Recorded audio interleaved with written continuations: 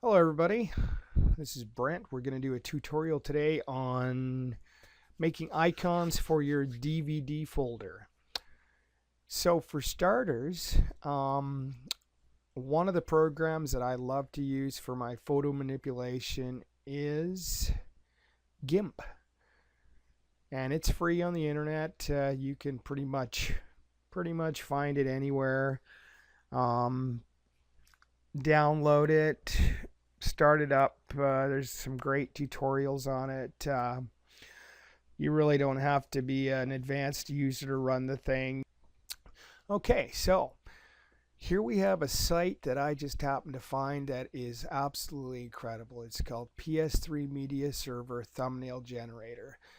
Now this thing is powered by Amazon, and it's just endless what they got on here. I just, yeah, it's fantastic. You can find whatever you need. And the website is right there. Yeah, you've got it there. So first of all, as you can see, there's videos and labels. And that's your label down there that I don't use, that has your resolution and your surround. If you click this button here, you can see it disappears. So we're not gonna use it. Next we have our templates or our covers, and there's probably 5 or 6 different covers you can use here.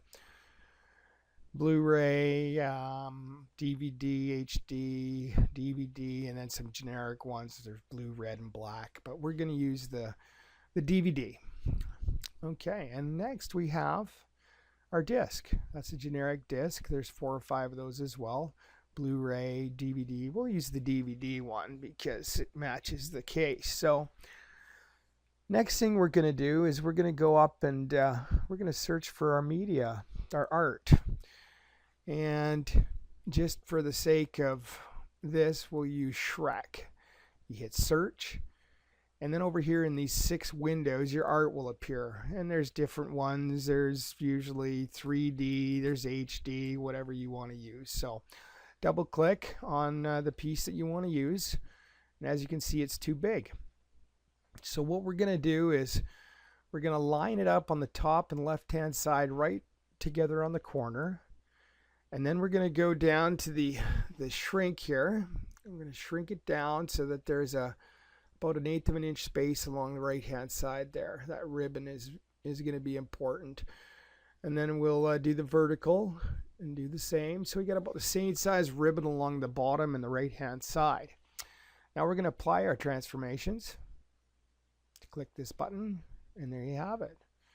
Looks fantastic. Looks like you just bought it from a store. Unfortunately, they don't have art for the discs for those of you that like to put art on there, but I think this looks really professional anyway. So now that we've got it where we want it, we're going to save it. So when you click save, of course mine is already set up to go to my art folder. You're going to type in Shrek, and you can see I already have Shrek and Shrek 2 PNG. So I won't do that, but for you guys, when the time comes, that's what you're going to do. Type it in, save, and you'll see what folder it's at. And once you've got it saved, don't forget this site. I mean, it's a big help. Once you have your art, we're going to open up GIMP. And here's the interface for GIMP 2.8. Pretty basic. First thing we're going to want to do is open our art that we want to work with.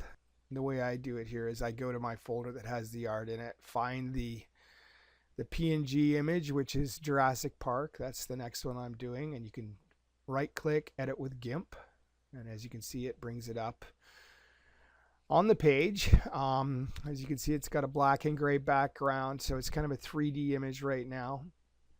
But we want to go to the size edit or scale edit button here. One click, left single click, and then left click on your image.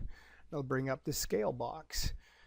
As you can see, the width and the height of this is 320 by 240, and that isn't the right size for what we're doing. By default, Windows, I believe, their icons can be as big as 256, and that's what we're going to do.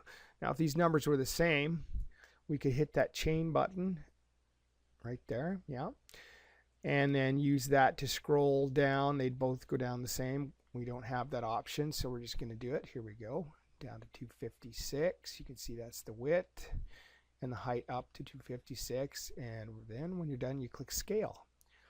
Now, as you can see, we've got our image, so we're going to go to Edit, Copy, Close without saving, and then Edit, Paste. Now there's our image, and as you can see, it is 256 by 256, but it is a PNG image, and we don't want to do that. So we're going to export to, find the folder with the original art in it.